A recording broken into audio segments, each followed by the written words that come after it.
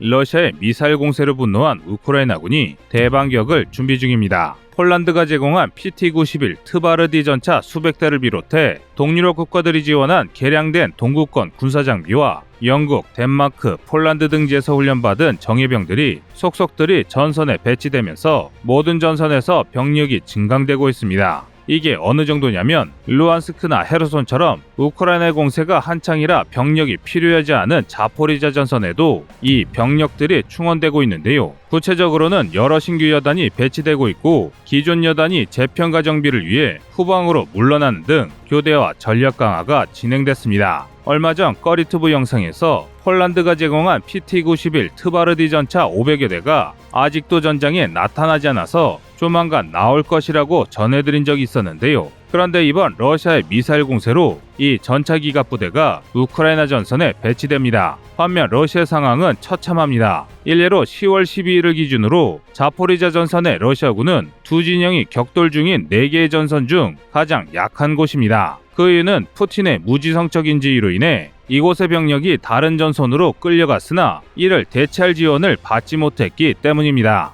그래서 현재 자포리자주의 러시아군은 언제 무너져도 이상하지 않을 정도로 약화됐습니다. 그런데 그에 반해 크림반도에 있는 케르치 대교 붕괴로 자포리자주의 중요성은 오히려 크게 올랐습니다. 러시아군이 이번 전쟁 중에 점령한 자포리자주에 철도망이 없다면 수백만 인구가 사는 크림반도에 공급할 여러 생필품과 유래 공급이 끊길 처지이기 때문입니다. 게다가 자포리자주에는 러시아가 협상 카드로 써먹던 자포리자 원전이 있습니다. 만약 우크라이나가 자포리자 원전까지 탈환한다면 러시아는 그동안 전 세계를 위협하던 핵공갈 카드 하나가 무너지게 되는 것인데요. 또 헤르손과 크림반도 역시 위태로워집니다. 요약하자면 자포리자 탈환은 우크라이나 전쟁의 상황을 2022년 2월 24일에 벌어진 침공 이전으로 완벽히 돌려버릴 것입니다. 그래서 러시아군이 발칵 뒤집혔습니다. 어떻게든 자포리자주를 지키기 위해 온갖 방법을 찾고 있는데요. 그러나 자포리자에 대한 대공세를 준비하고 있는 우크라이나군의 움직임을 볼 때 러시아가 자포리자를 지키는 것은 사실상 불가능해 보입니다. 그런데 이곳은 전쟁의 향방을 가를 전장이다 보니 양국의 관심이 뜨겁습니다. 그래서 준비했습니다. 오늘은 우크라이나 전쟁의 향방을 가를 자포리자 전선의 현황과 그 가치에 대해 알려드리겠습니다.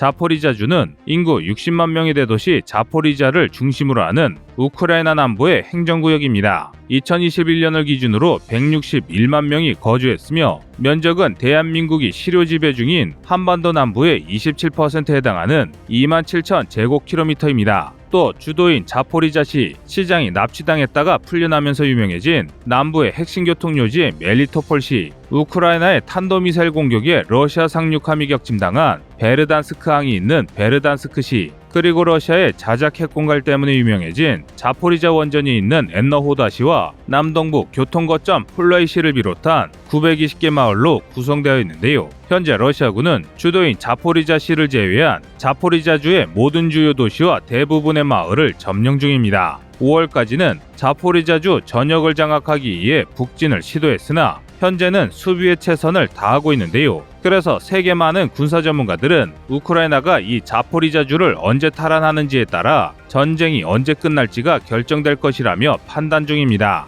그 이유는 자포리자주를 우크라이나군이 탈환하면 그 인근에 있는 지역들이 그동안 러시아가 점령한 우크라이나의 영토들과 엮일 수밖에 없기 때문입니다. 그도 그럴 게 현재 러시아군은 우크라이나의 제2도시 하루키우 북부에 위치한 인구 37만 명의 도시 벨고로드를 보급 거점으로 삼고 있습니다. 격전이 벌어지고 있는 사바토베, 크레미나가 위치한 루안스크 전선과 바그너 그룹의 주도 아래 공세가 계속되고 있는 바흐무트 전선, 그리고 러시아의 괴뢰국 도네츠크 인민공화국의 수도인 도네츠크 전선이 전부 벨고로드시에서 공급되는 군수물자로 전투를 한다고 해도 과언이 아닙니다. 그러나 사바토베와 크레미나가 함락위기에 처하면서 더 이상 벨고로드를 보급 거점으로 삼을 수 없는 상황이 되고 있는데요. 그래서 현재 러시아는 스탈린그라드라는 옛 지명을 가진 대도시 볼고그라드에서 러시아 남부의 군사항구인 로스토프에 이어지는 보급로에 신경을 많이 쓰고 있습니다. 러시아 두 계례국의 후방에 위치한 로스토프라면 앞서 말씀드린 돈바스 지역으로 원활하게 군수물자를 공급할 수 있을 뿐 아니라 크림반도와 헤르손 등으로 물자를 편하게 보낼 수 있습니다. 예컨대 로스토프에 물자를 집적하면 로스토프에서 시작해 타간노크, 마리우폴, 멜리토폴, 헤르손으로 이어지는 헤르손 보급로를 만들 수 있습니다. 또 멜리토폴에서 크림반도의 관문도시 장코이를 거쳐 심페로폴, 세바스토폴 등 크림의 주요 도시로 이어지는 크림 보급로 역시 운영할 수 있습니다. 그런데 자포리자주가 우크라이나에 탈환되면 이 모든 보급로가 끊깁니다. 그리고 우선 헤르손부터 무너집니다. 현재 러시아군이 대부분을 점령 중인 헤르손주는 우크라이나를 반으로 가르는 데야 드네프로강을 기준으로 크게 둘로 나뉩니다. 드네프로강 서쪽은 우크라이나 해군의 본부가 있는 미콜라이우, 젤렌스키의 고향이자 산업도시인 크리비으리가 맞닿아 있고, 드네프로강 동쪽은 자포리자주, 남으로는 크림반도와 연결되어 있습니다. 그리고 이 중 언론에 자주 나오는 격전지는 헤르손시가 있는 드네프로강 서쪽이고, 강동쪽은 우크라이나 공군의 방공망 제압 작전과 강변에서 벌어지는 포격전을 제외하면 큰 교전이 없는 상태입니다. 그런데 자포리자주를 우크라이나군이 탈환하면 이야기가 달라집니다. 부족하나마 러시아 본토에서 제공되던 물자 병력의 증원이 완벽하게 차단됩니다. 앞에 언급한 것처럼 자포리자주의 멜리토폴시를 통해 헤르손으로 들어오는 러시아군의 모든 물자가 끊기기 때문인데요. 물론 대안이 없는 것은 아닙니다. 원래라면 9월까지는 크림반도에 위치한 케르치 대교가 대체제 역할을 해줄 수 있었습니다. 그러나 지난 10월 8일 케르치 대교가 사실상 사용불능이 되면서 이제 러시아군은 멜리토폴 헤르손 보급로에 모든 걸 걸어야 하는 상황이 된 것입니다. 따라서 자포리자주가 우크라이나에게 탈환된다면 헤르손주의 러시아군은 끝장입니다. 다리가 끊겨 퇴로가 막힌 강서쪽의 병력뿐 아니라 이들을 보조하기 위해 강동쪽의 주둔한 병력 역시 후방이 차단된 채 항복과 죽음 중 하나를 골라야 하는 처지가 되는데요. 그리고 이렇게 헤르손주의 러시아군이 무너지면 그 옆하는 고스란히 헤르손주 남쪽의 크림반도로 이어집니다. 앞서 말씀드렸듯이 케르치 대교가 끊기면서 크림반도의 도시들은 멜리토폴로 이어지는 모든 보급이 끊깁니다. 물론 방법이 아예 없는 것은 아닙니다. 흑해 함대의 호위를 받는 화물 선단을 통해 크림반도의 항구로 물자를 공급하거나 심페로폴 공항 같은 주변 공항을 통해 항공 운송으로 물자를 공급할 수도 있는데요. 하지만 둘 다 제한이 많습니다. 먼저 선박은 베르단스크항을 비롯한 자포리자주의 해안 거점이 우크라이나에 넘어가면 영국제 브림스톤2 미사일과 미제 하푼 등의 대한 미사일을 보유한 우크라이나군의 공격을 받을 수 있습니다. 게다가 흑해함대 기함이자 방공순양함이었던 모스크바함이 미사일 몇 방에 허무하게 침몰했다는 것을 떠올려보면 지금 흑해함대 전력으로는 화물선의 호위는커녕 미사일 요격에 실패해 호위함대까지 전멸할 가능성이 상당히 높습니다. 심지어 만약 우크라이나가 대량 기뢰를 살포한다면 소해 작업이 이뤄질 때까지 러시아 전투함들은 항구에서 발이 묶일 수도 있습니다. 그런데 항공운송은 더합니다. 현재 해당 지역은 제 아무리 민항기라 할지라도 경고 없이 격추할 수 있는 비행금지 구역입니다. 따라서 체프나 플레어 등 미사일 공격을 교란할 수 있는 군소성기라 하더라도 바로 격추할 수 있습니다. 이를 해결할 유일한 방법은 레이더 탐지를 피해 저공 비행으로 운행할 수 있는 헬기 정도만 항공보급에 쓸 수 있습니다. 그런데 현재 러시아군에게는 이 정도의 엄청난 물량을 배송할 헬기가 없습니다. 달리 말해 한 번에 투입할 수 있는 항공기가 턱없이 모자란데요. 여기에 더해 자포리자주를 장악한 우크라이나군이 크림반도의 공항을 타격할 가능성도 있습니다. 따라서 자포리자주가 우크라이나에게 넘어가면 크림반도 역시 그리 오래 버티지 못할 것입니다. 여기에 더해 우크라이나군이 자포리자 탈환 이후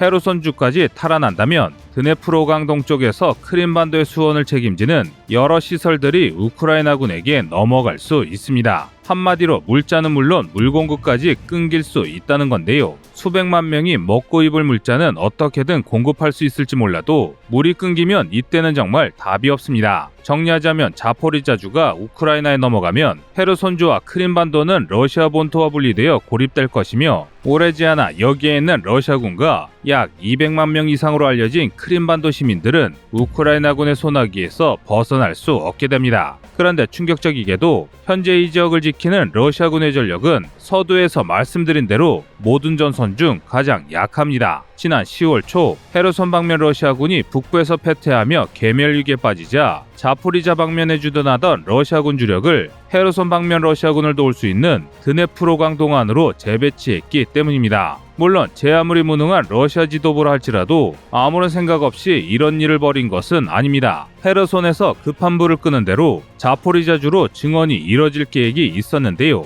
그러나 우크라이나가 추석 연휴 동안 하르키우주를 완전히 수복하고 루안스크주 북부까지 빠르게 진격하면서 예정됐던 증원이 끊겼습니다. 우크라이나 해군의 공세를 막는데 새로 동원된 러시아의 신병들과 여러 장비가 모두 투입되어 버린 것입니다. 반면 자포리자주 북쪽의 우크라이나군은 반격할 준비를 거의 끝마쳤습니다. 11월까지 이어질 라스푸티차가 끝나는 대로 대대적인 공세를 통해 단숨에 자포리자주를 탈환할 수 있도록 군대를 준비 중입니다. 그렇다면 우크라이나군은 어떻게 진격을 할까요? 이에 대해서는 크게 세 가지 추론이 가능합니다. 첫 번째는 바실리카 엔너오다 공략입니다. 자포리자와 인접한 바실리카를 빠르게 탈환한 뒤 원전이 있는 엔노우다를 되찾아 러시아 핵테러를 막는 것입니다. 이 공세는 성공할 경우 원전이 넘어가면서 악화된 우크라이나의 전력 상황을 단숨에 개선할 수 있습니다. 하지만 그 사이 러시아가 멜리토폴이나 마리우폴을 강화해서 도시 탈환전이 어려워질 수 있다는 문제가 있습니다. 둘째는 볼로바카 마리우폴과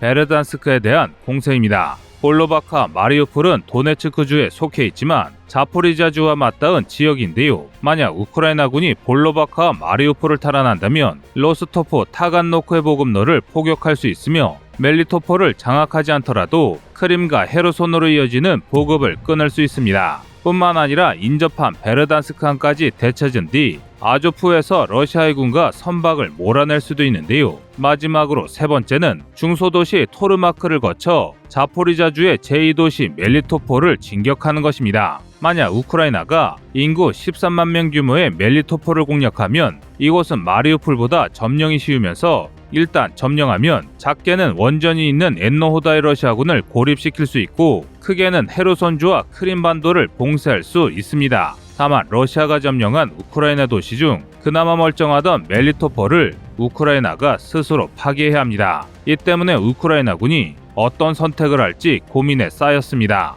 현재로서는 전황이 시시각각 변하기 때문에 우크라이나군이 이 중 어느 곳을 공략할지 확실하지 않습니다. 그러나 그럼에도 불구하고 절대 변하지 않는 한 가지가 있습니다. 그것은 바로 우크라이나군이 걸레짝이 된 러시아의 자포리자 점령 부대를 깨부수고 자포리자주를 해방할 날이 머지 않았다는 것입니다. 기존 매체들과 차원이 다른 우크라이나 전황 소식은 다음 보도를 통해 전해드리겠습니다. 이상 꺼리투브였습니다.